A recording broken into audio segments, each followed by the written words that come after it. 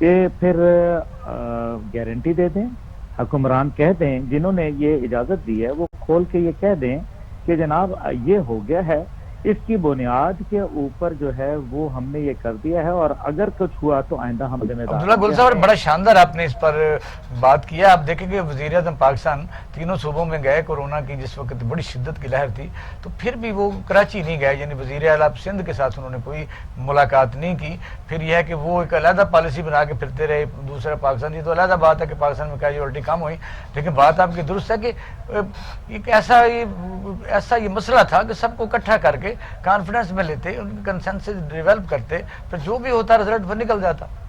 جی میں دیکھیں اس میں ایک چیز گزارش کرتا ہوں، ہمارا ایک ملک ہے نا، اس ملک میں ایک ہی قسم کا جو ہے وہ اصول چلے گا یا 2 قسم کے یا 10 قسم کے چلیں گے؟ ایک ہی چلنا اگر ملک سے کرونا چلا گیا ہے تو مجھے یہ بتائیے کہ پھر فوج نے دسمبر تک جو ہے وہ تمام فوجی ہسپتالوں کے اندر کیوں اجازت روکی ہوئی ہے کہ سول لوگ نہیں آئیں گے؟ اس کا مطلب ہے کرونا موجود ہے، کیونکہ فوج جو ہے وہ سچ بولتی ہے تبھی وہ عوام کے دلوں میں جو ہے وہ بستی ہے. لیکن حکومت جو ہے وہ آپ کو سچائی نہیں بتا رہی، یہ میں آپ کو بتا رہا ہوں. درست کہہ رہے ہیں. اچھا اگلے موضوع کی طرف چلتے ہیں. میں ایک گزارش کر لوں، پوری دنیا میں سیکنڈ ویو آف کرونا کی تیاری ہو رہی ہے. کیا آپ نے پہلی ویو کو بھی جو ہے وہ گزارا ہے؟ صرف باتیں کرنے سے لوگوں کی بڑا اچھا آپ نے دیا، کیونکہ ہم یہی چاہتے تھے کہ جو لوگ اس وقت بڑے اس بات پر خوشی کا اظہار کر رہے ہیں، یعنی کرونا ختم نہیں ہوا، یعنی مسئلہ یہ کہ لاک ڈاؤن ختم ہوا، کرونا ختم نہیں ہوا. تو عبداللہ گل صاحب آپ کشمیر کی طرف آتے ہیں کہ جس طرح وہ بھی آل پارٹیز تو انہوں نے نہیں خیر بلائی، لیکن کیبنٹ میں اپروو کیا، وہ نقشے کو شامل کیا، اور ریئیکشنری جس طرح انڈیا نے سال سے کشمیریوں کو ایک جیل میں تبدیل کیا ہوا تھا پورے مقبوضہ کشمیر میں. تو پھر یہ ہے کہ ایک اپوزیشن کی بھی میٹنگ ہوئی، انہوں نے بھی ظاہر ہے سیکنڈ کیا، پھر سینٹ کا سیشن ہوا، اور پوری قوم نے 5 تاریخ کو پریزیڈنٹ آف پاکستان نے بھی بات کی، وہ چاروں صوبوں میں یہ ان کے ساتھ ہزارے جاتی کیا گیا. اس کا جو آفٹر شاکس ہیں، یہ تو ہم کل سے پروگرام کر چکے. آفٹر شاک جو شاہ محمود قریشی صاحب کہہ رہے ہیں کہ جی اس کے بعد ہمارے ساتھ تو جو OIC ہے، خاص طور پر انہیں برادر اسلامی ملک ہے جس کے پاس ہم جاتے ہیں، بڑے مقدس مقامات ہیں، تو ان کا ذکر کیا کہ انہوں نے بھی ہمارا اس طرح ساتھ نہیں دیا، نہ دیں گے، ہم نے تو کام چلا نہیں. اس کو کس طرح نظر میں دیکھتے ہیں؟ دیکھیں مجھے اس چیز کا بالکل دکھ نہیں ہے کہ جہاں تک مسئلہ کشمیر ہے یا کووڈ ہے اس کے اندر حکمران جو ہے وہ بھیڑیے ہیں، مجھے اس چیز کا کوئی مسئلہ نہیں ہے. مجھے دکھ اس بات کا ہے کہ عوام بھیڑ بن چکے ہیں. بات یہ ہے کہ وہ چاہے ایوب خان کے دور میں 25 پیسے چینی کی مہنگائی ہو، اور آج جو ہے وہ آپ کے سامنے ہے، آج جو سونا ہے وہ تاریخ کی سب سے بلند ترین سطح پہ گیا ہے. تو اس میں حکومت کیا کر سکتی ہے؟ 1,28,000 اگر ہو گیا ہے تو پھر حکومت اس میں کیا کرے؟ دیکھیں حکومت چینی پہ تو کچھ کر سکتی تھی، حکومت گندم پہ کچھ کر سکتی تھی، حکومت پیٹرول پہ کچھ کر سکتی ہے، حکومت ادویات کے اوپر کچھ کر سکتی ہے، مافیا کو کنٹرول کر سکتی ہے. اور اگر کچھ نہیں کر سکتی تو پھر ہمیں کم از کم بتا دے کہ جی ہم جو ہے کچھ نہیں کر سکتے، آپ دعا کریں اپنے لیے. میں جو گزارش کر رہا ہوں کہ ہمارے جن برادر اسلامی ممالک کا آپ نے کہا، میرے سے روزانہ تقریباً کوئی نہ کوئی بیرونی سفیر جو ہے اس سے ملاقات ہوتی ہے. وہ ہنستے ہیں آپ پہ، وہ کہتے ہیں کہ کوئی آپ کے لیے، وہ مجھے انگریزی میں بولتے ہیں کہ mister Gul nobody is going to fight a war for you in Kashmir. وہ یہ کہتے ہیں کہ مسٹر گول کوئی آپ کو جنگ کر کے چابیاں کشمیر کی حوالے نہیں کرے گا، پہلے آپ یہ بتا دیں کہ کشمیر آپ کے لیے اہم کتنا ہے، کیا آپ اس کے لیے کھڑے ہو سکتے ہیں؟ یہ بچوں والی باتیں ہیں کہ کشمیر ہائی وے کا نام تبدیل کر کے سری نگر کر دیا، اس کے پیچھے بڑا راز ہے. آپ ذرا نقشہ دیکھیں، ابھی یہ جو حالیہ نقشہ ہے، اور آپ نے بچپن میں پڑھا بھی ہوگا، 1980 کی دہائی کے اور اس سے پہلے کے نقشے ذرا پاکستان کے آپ نکال لیجئے، آپ کو پتہ چل جائے گا survey of general of Pakistan کے، میرے اور آپ کے نہیں ہیں. وہ نقشے جو ہیں وہ آگے سے پورے گول ہیں اور ان کے اوپر لکھا ہوا ہے ڈسپیوٹڈ ٹیریٹری. ہاں بالکل ہم نے دیکھا ہے، بالکل یو آر رائٹ جی. اور وہ جو ہے اس میں لداخ اور جموں کا نقشہ بھی شامل ہے. یہ جو موجودہ نقشہ آیا ہے اس میں لداخ اور جموں شامل نہیں ہے، آپ دیکھ لیں. اس کے اوپر لکھا ہوتا تھا ماضی کے نقشوں پہ کہ ڈسپیوٹڈ ٹیریٹری، جبکہ اب جو لکھا ہوا آیا ہے وہ یہ لکھا آیا ہے کہ subject to the relevant resolutions of United Nations. یعنی کسی کی نظر سے گزرا ہی نہیں. جی سر بہت اچھا آپ نے پن پوائنٹ کیا ہے. جناب یہ ریلیونٹ ریزولوشن کون سے ہیں ذرا وہ ہمیں بتا دیجئے. یہ آپ دیکھیں کیا ہندوستان نے اس سے پہلے آزاد کشمیر کا نقشہ اپنے اندر شامل نہیں کیا تو کیا وہ بن گیا ان کا؟ بات یہ نہیں ہے. بات یہ ہے کہ کل جو آزاد کشمیر اسمبلی میں بات ہوئی کہ ہمیں اب عملاً کچھ چاہیے ہے پاکستان کی جانب سے. افسوس کی بات یہ ہے کہ ابھی تک صرف اور صرف جو ہے وہ تمام کی پالیسیاں جو تھیں وہ پاکستان میں بنتی رہیں.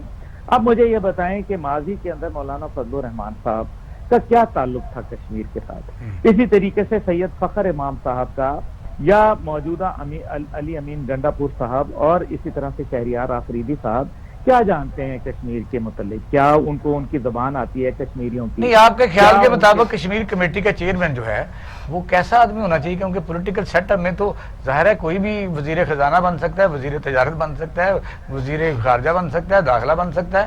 تو اس کا مطلب صرف ٹیکنوکریٹ سے دیے جائے؟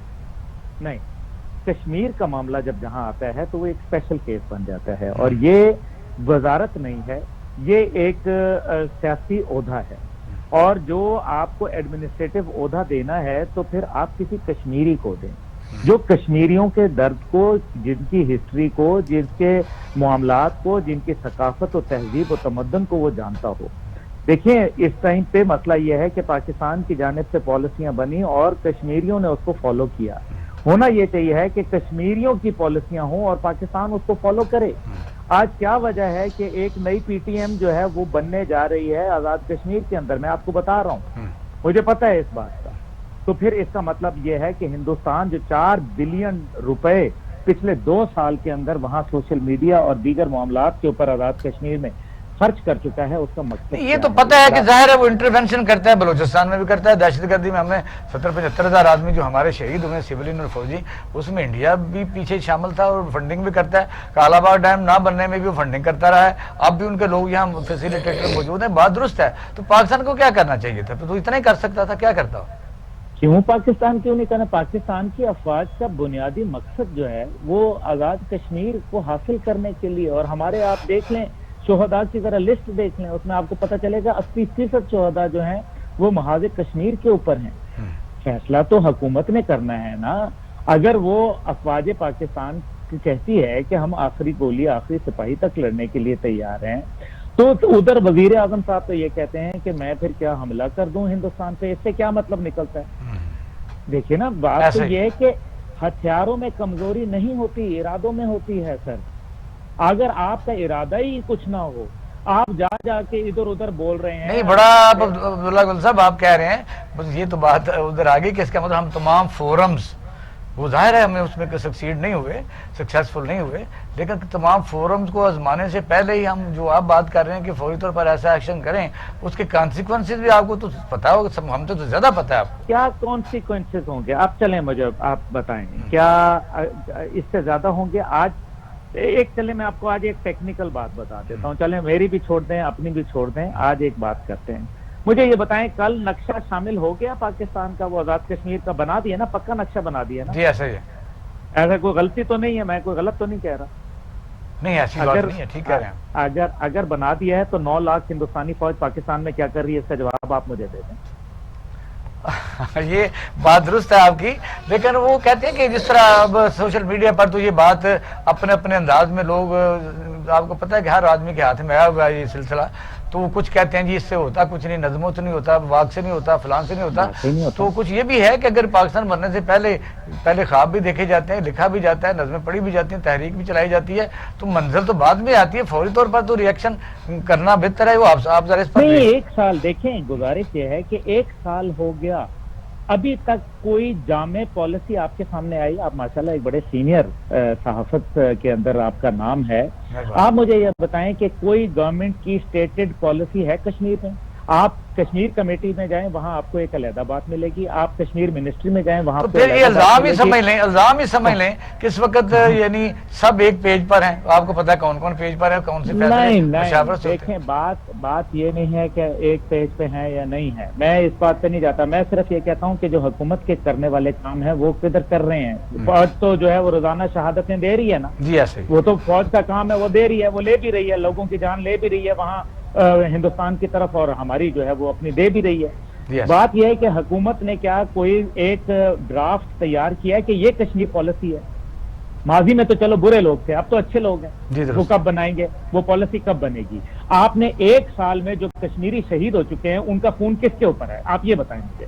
عبداللہ گل صاحب بہت مہربانی. اس وقت ہلکا سا 2 منٹ بات کر لیں کیونکہ ٹائم پھر ہمارے آگے موضوع کی طرف بھی ہم نے چلنا ہے. تو لاسٹ اب کیا سمجھتے ہیں کہ اس کے جو کانسیکوینسز ہیں، مثلا آپ دیکھیں کہ ہمارا اکثر یہ رہتا ہے کہ ہماری فلاں آدمی ساتھ نہیں دے رہا، مثلا سعودی عرب نہیں دے رہا، UAE نہیں دے رہا، ہم تو ہر جگہ مرے جا رہے ہوتے ہیں کہ جی فلسطین ہو، بوسنیا چیچنیا ہو، یا شام عراق کا مسئلہ ہو. بس ہم تو آپ کو پتہ ہے آج بھی اسی طرح ہی ہوتے ہیں. کئی لوگوں سے سفارتی کئی ملکوں سے تعلقات ہم نے قائم نہیں کیے، حالانکہ ہمارے سے تو بہت دور ہیں، وہ تو قائم ان کے ساتھ کر چکے. اس پر کون ہماری حمایت کرے گا؟ ہمیں پاکستان آگے بڑھتا ہوا کیسے دیکھ رہے ہیں آپ کہ کیا کریں گے نقشہ بنا کے؟ دیکھیں سیدھی سی بات ہے کہ کشمیریوں کو قربانی کے لیے نہ چھوڑیں جہاں بھارتی درندے ان کی روزانہ قربانی کرتے ہیں. کیا اگر ہماری اتنی سماعت کمزور ہو چکی ہے کہ مودی کی للکار بھی ہم نہیں سن پا رہے؟ اور پھر یہ دیکھیں اور کون سا اعلان جنگ سننا چاہتے ہیں ہم مودی سے؟ اگر کشمیر ہاتھ سے نکل گیا، میری بات یاد رکھیں، اگر کشمیر خدا نخواستہ ہاتھ سے نکل گیا تو پاکستان کی ریاست قائم نہ رہ پائے گی، یہ یاد رکھیے. بہت شکریہ عبداللہ گل صاحب، بہت مہربانی، آپ نے ٹائم دیا. انشاءاللہ آپ سے پھر بات ہوتی رہے گی. تو ناظرین اب ہم لیتے ہیں چھوٹا سا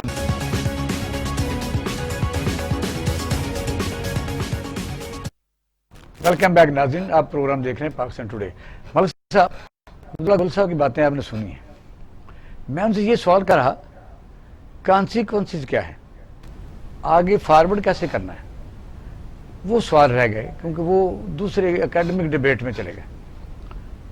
میرے کہنے کا مقصد یہ